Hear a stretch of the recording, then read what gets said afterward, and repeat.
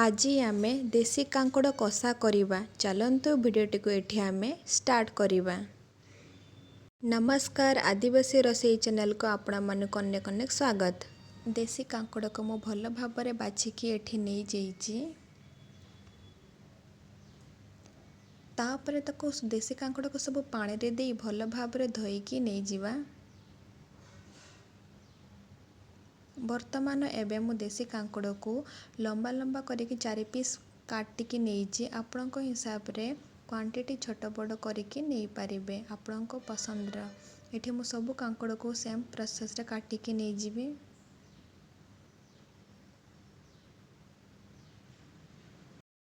गोटे आलू को मध्य मु एठी लंबा लंबा करी काटिकी नेइची। देखि पारुथिबे आलू को मु लंबा लंबा और पतला करके काटिकी नेइची, बेसी मोटा करी नाही। और देशी कांकड़ को मध्य मु सेम प्रोसेस रे काटिकी नेइची लंबा करके। प्याज, जीरा, लंका, ओदा, रसुण ए सब को हमें पेस्ट करि नेबा। कड़ा हमर भल भाबरे गरम होला पर सेथिरे हमें सरिष तेल देई देबा। सेथिरे एबे हमें पेस्ट करि रखितबा मसला को सब देकी भल भाबरे कषि नै जिबा।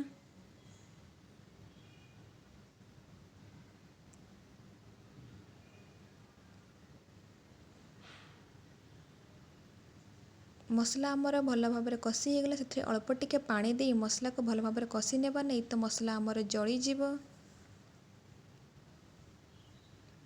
एठी आमर मसला बहुत भल भाबरे कषि हो जाइछि। सेथिरे एबे काटिकी रखिथिबा आलू आ कांकड़ को देकी भल भाबरे कषिकी नै जिबा।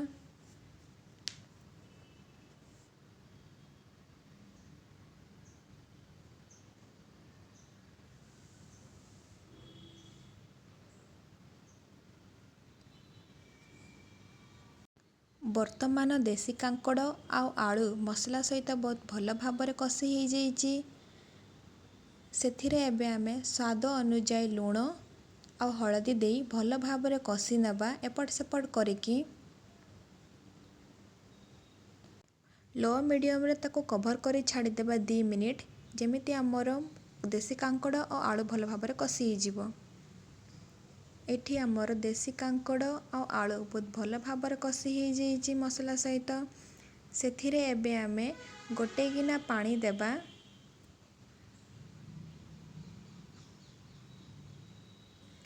पानी को दे साला पर देशी कांकड़ आलू को भल भाबरे मसला सहित एपट सेपट करिकी गुड़ेकी ताको छाड़ी देबा कभर करिकी। पानीटी आमर भल भाबरे फुटी जाइछि।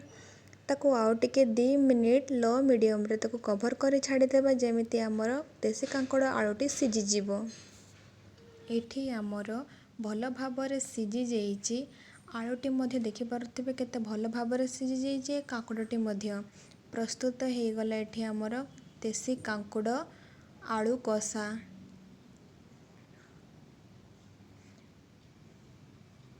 आशा करुच्ची भिडियोटी आपण समस्त को भल लगी। जदि भिडियोटी भल लगी ताले गोटे लाइक, कमेंट, शेयर, सब्सक्राइब करने जमा भी भूलिबेनी। आमे पुणी देखा गोटे नेक्स्ट वीडियो रे।